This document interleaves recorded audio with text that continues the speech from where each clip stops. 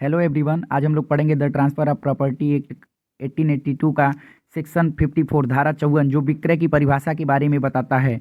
विक्रय की परिभाषा: विक्रय ऐसी कीमत के बदले स्वामित्व का अंतरण है जो दी जा चुकी है या जिसके दिए जाने का वचन दिया गया हो या जिसका कोई भाग दे दिया गया हो या किसी भाग के देने का वचन दिया गया हो, विक्रय कहलाता है।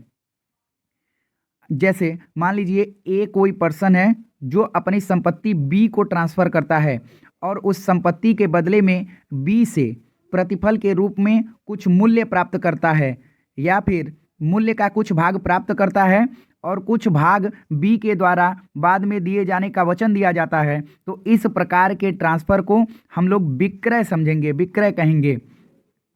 विक्रय कैसे किया जाता है? ऐसा अंतरण 100 रुपये और उससे अधिक के मूल्य की अस्थावर संपत्ति की दिशा में या किसी उत्तर भोग या अन्य अमूर्त वस्तु की दशा में केवल रजिस्ट्रीकृत लिखित द्वारा किया जाता है।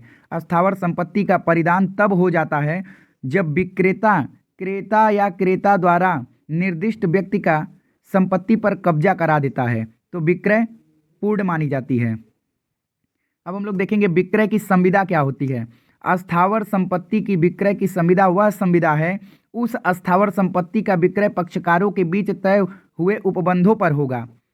वह स्वतः ऐसी संपत्ति में कोई हित या उस पर कोई भार सृष्टि नहीं करेगा या नहीं करती है।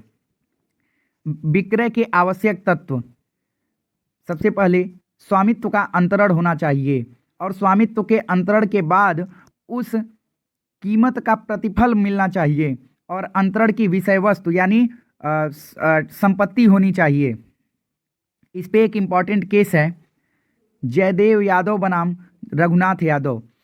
इसमें विक्रय विलेख के लेखक तथा पहचानकर्ता द्वारा यह साबित कर दिया गया कि विक्रय का संपूर्ण प्रतिफल वादी द्वारा प्रतिवादी को संदेह कर दिया गया है तथा संपत्ति का कब्जा भी प्रतिवादी द्वारा वादी को सौंप दिया गया है।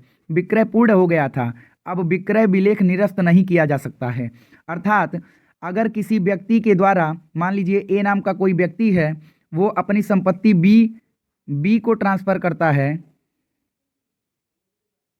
ए नाम का कोई व्यक्ति है जो अपनी संपत्ति बी को ट्रांसफ़र करता है और इस संपत्ति के बदले में बी से कोई प्रतिफल प्राप्त करता है और उस संपत्ति पर ए बी को कब्जा प्रदान कर देता है। उसके बाद किसी भी शर्त पर वह विक्रय समाप्त नहीं किया जा सकता है। एक बार, अर्थात एक बार संपत्ति बेच दी गई तो दोबारा उस संपत्ति पर कब्जा नहीं किया जा सकता है।